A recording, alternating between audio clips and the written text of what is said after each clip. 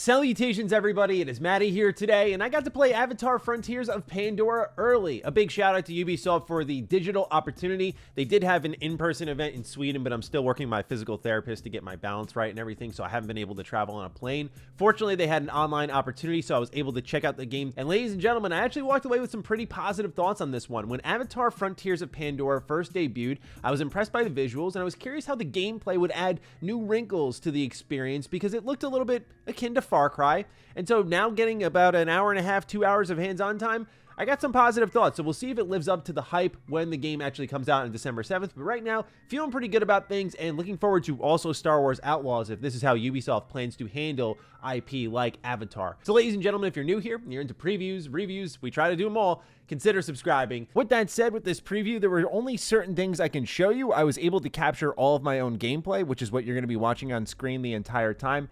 However, I'm not going to be able to show you like the crafting tables or the stations or interactions with the NPCs or in-game menus or even the world map. So if you see a lot of just me roaming around the open world and not giving you visual context to things I'm talking about, I don't want you to think this is an editing flub or us getting lazy here. This is genuinely at the request of Ubisoft.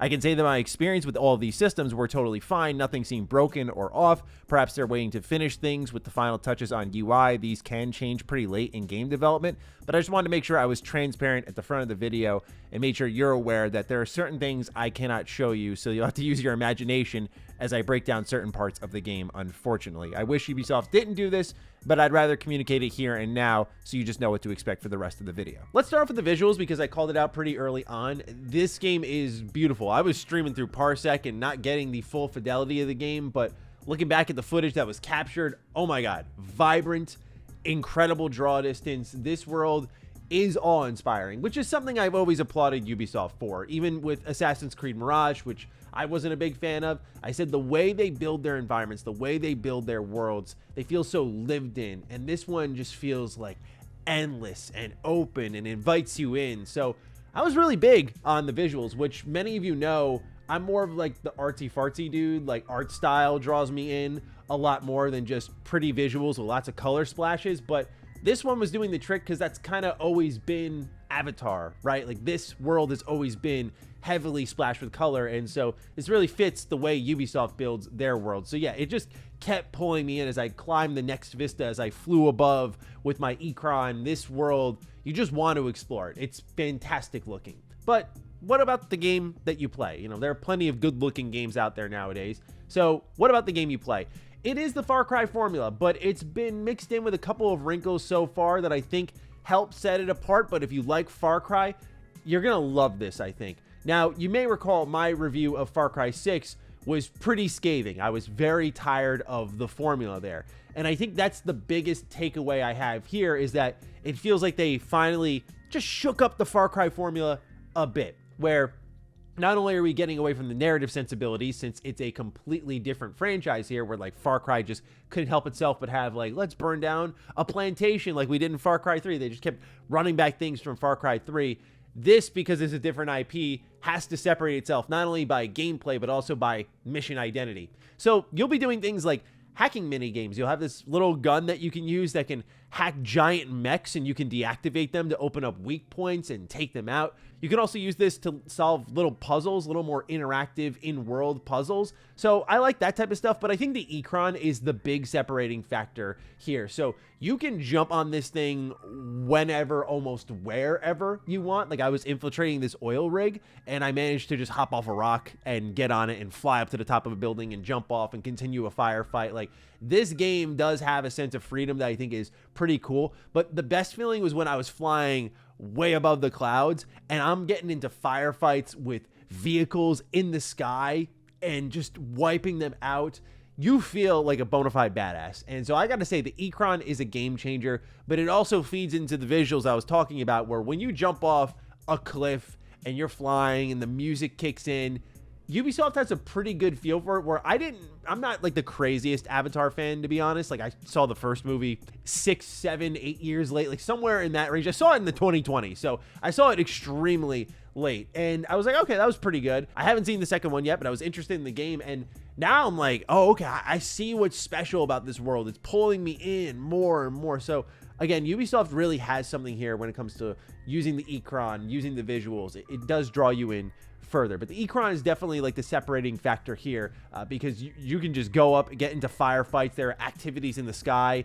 It really presents a sense of freedom to the game. One little change, it's more on a visual front too, but I think it's so cool, is because like you're a Navi, you're huge, right? And so when you're shooting humans, they're like these little puny humans. You're like, yeah, I'll just take you all out. It's awesome, where the things that are more to size to you are these huge mechs. So the way the game plays with scale, I think is really fun, and it brings the world to life a bit more. There's a lot of first-person platforming. Like I said, there's a Far Cry formula here. Like, you're going to be picking up lots of plants, and these plants are going to fuel upgrade trees and whatnot that we'll get into in a moment. So you're going to see a lot of that stuff, and I never really minded those parts of the Far Cry formula. It's actually the aspect I really appreciated, was like a decent first-person shooter, but it used its first-person sensibilities for different gameplay activities. Like, I remember the towers you would climb in Far Cry 4, I really enjoyed, because they were these challenging first-person platforming puzzles. So I always had a good time with those, and this game reminded me a bit of that. Since collecting materials is a big part of this game, you may be wondering how you find things, and at first I was a little confused. Navigation in this game feels very different from your typical Ubisoft game,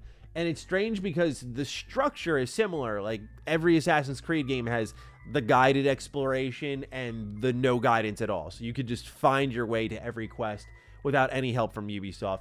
But even with guided, which usually provides waypoints and like, hey, you go this way, I would get lost pretty often in my hour-and-a-half playthrough. I'm not going to judge it too hard yet, because I'm getting familiar with things at this point. I'm jumping in the middle of a playthrough. I have no idea what I'm doing. It's one of the, if you will, tougher parts of a preview. But hopping in, there were a couple of times I got lost, and I think it's because of the amount of vegetation, the sense of verticality in the game, where there was one point I was on my Ikran, and they're like, get on the sky island that has a waterfall dripping off of it, and it's in a sea of these floating rocks. And I'm thinking, okay, I don't know which one this is.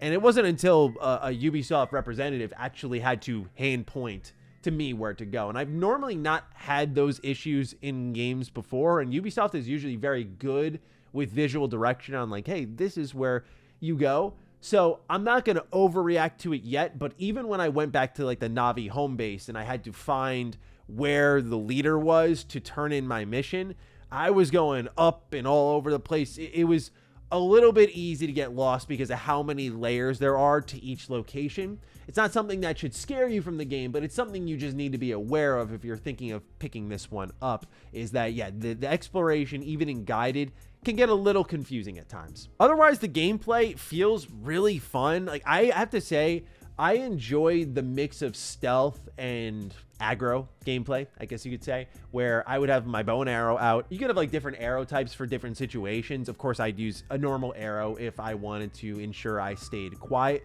You can actually use these arrows to take out the giant mechs if you hit them in a very particular weak spot, which I thought was really cool. Or you can just go straight up guns blazing. It's a little bit tough to stealth in this game with those robots running all over the place, which is why I think the hacking mini tool is great. It also creates a sense of tension because you're kind of sitting out there vulnerable, trying to do this quick puzzle to deactivate it and either shoot the weak spot and move on with your life, or just get by and avoid it at all costs. So I like that. What I was doing was an oil extractor mission where I had to take this thing down, and there were a number of objectives in there. I had to destroy a couple of drills, I had to deactivate a couple of towers, and so on and so forth. So this seems to be like what would be a central piece of the open world content. I didn't have that moment where I completed an objective and my map got filled with icons. And if it's like anything such as what I saw in the story mission, you destroy these aerial devices and then they'll ping that particular oil extractor on the map, which I think is fine. I'm okay with that, especially because the gameplay activities feel different with the aerial combat to boot, so it makes it a lot more enjoyable. There is progression in this game, as I'm sure you'd expect in a Ubisoft game nowadays, where you have skill trees, you have equipment. So skill trees are gradually unlocked through memories you obtain. For example, there's a skill tree dedicated to the Ikran, but that doesn't unlock until you get your own Ikran via a story mission. The skills are about what you'd expect in a Ubisoft open world game, like 10% more combat strength, you can carry more ammo for this type. So Nothing too crazy there. Meanwhile, the equipment stuff kind of factors into the materials that you're going to gather, the currency that you're going to gather, the materials you can use to craft ammo on the fly. So like, for example, I ran out of assault rifle ammunition and I could use the materials I was picking up to craft some more and fire away. So the systems, yeah, kind of like feed into themselves, but the progression isn't anything you haven't seen before, unfortunately, but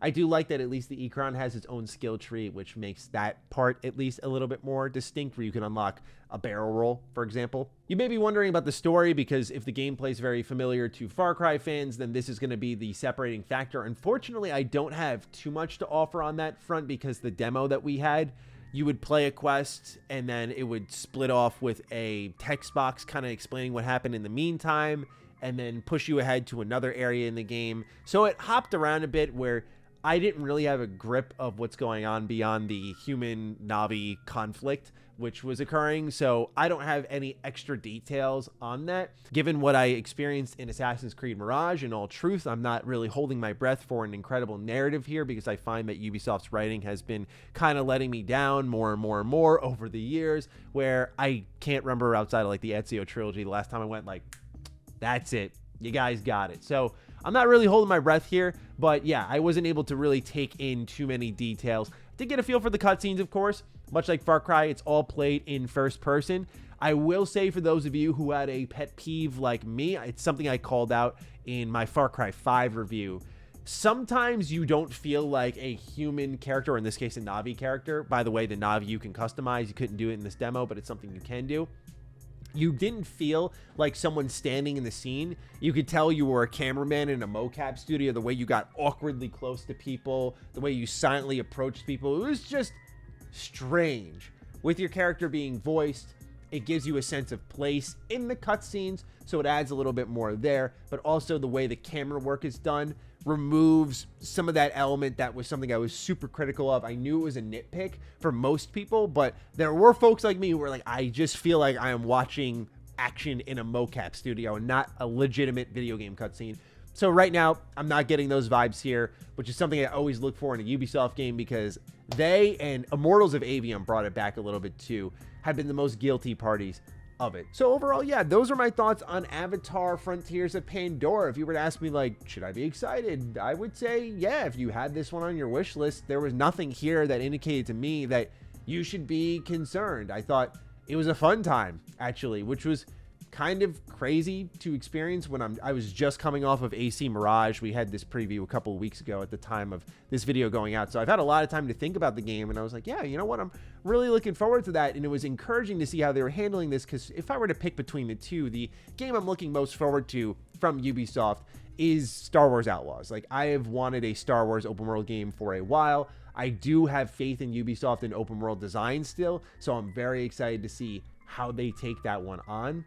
And so seeing how this one's being tackled and how it's faithful to the Far Cry formula while evolving it in ways that I thought made it more fun, I'm very excited to see how they tackle Star Wars Galaxy some more. So ladies and gentlemen, those are my thoughts on Avatar Frontiers of Pandora. Again, if you're interested in all this, it's coming out December 7th. A big shout out again to Ubisoft for the opportunity, because not many publishers do digital opportunities. So there's a lot of previews this year that I have missed out on, because many of you know I've had this balance issue going on for a while. I've had to go to physical therapy over it and everything.